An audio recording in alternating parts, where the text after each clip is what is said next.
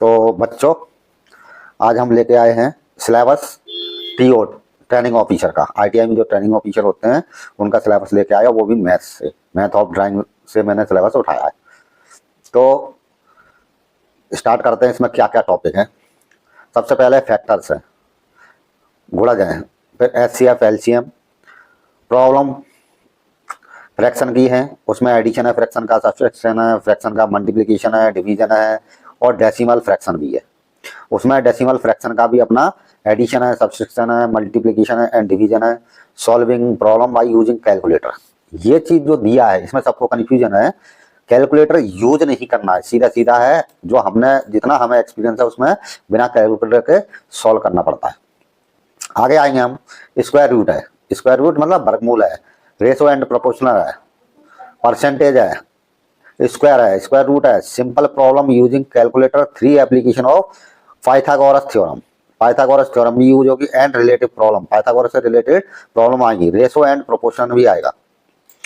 उसके बाद आ जाते हैं हम, मेंसुरेशन पार्ट आएगा। मेंसुरेशन में एरिया पैरामीटर स्क्वायर का, ये विशेष याद रखना है कि कौन सी ज्योमेट्री का एरिया और पैरामीटर आएगा। रेक्टेंगल का आएगा, पैरेललोग्राम का आएगा, एरिया और पैरामीटर ट्राइंगल का आएगा, area and parameter of circle का आएगा, सेमी सर्कल का आएगा, सर्कुलर रिंग का भी दे देंगे, सेक्टर का दे देंगे, ठीक है, हेक्सागोनल का भी आ जाएगा, एलिप्स का आ जाएगा, surface area of volume solid, जो भी सॉलिड पार्ट है उनके भी हमें एरिया एंड वॉल्यूम आ जाएगा।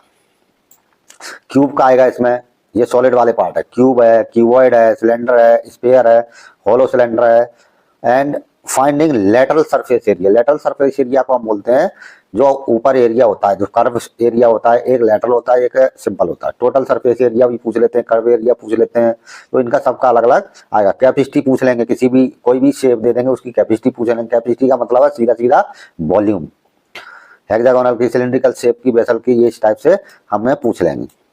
अब आता है डायरेक्ट इनडायरेक्ट प्रोपोर्शनल आते हैं। डायरेक्ट इनडायरेक्ट प्रोपोर्शन का मतलब जैसे कोई भी है काम कर रहा है, अगर वो घंटे ज्यादा ले रहा है तो जल्दी काम हो जाएगा, ये इनडायरेक्ट हो गया। कोई अगर ज्यादा करके कोई ज्यादा समय लेता है तो वो डायरेक्ट प्रोपोर्शनल। ऐसे डायरेक्ट और इनडायरेक्ट प्रोपोर्शनल आ जाएंगे। परसेंटेज आ जाएगा, परसेंटेज चेंजिंग परसेंटेज डेसिमल, जो परसेंटेज को डेसिमल में चेंज करेंगे वो आ जाएगा।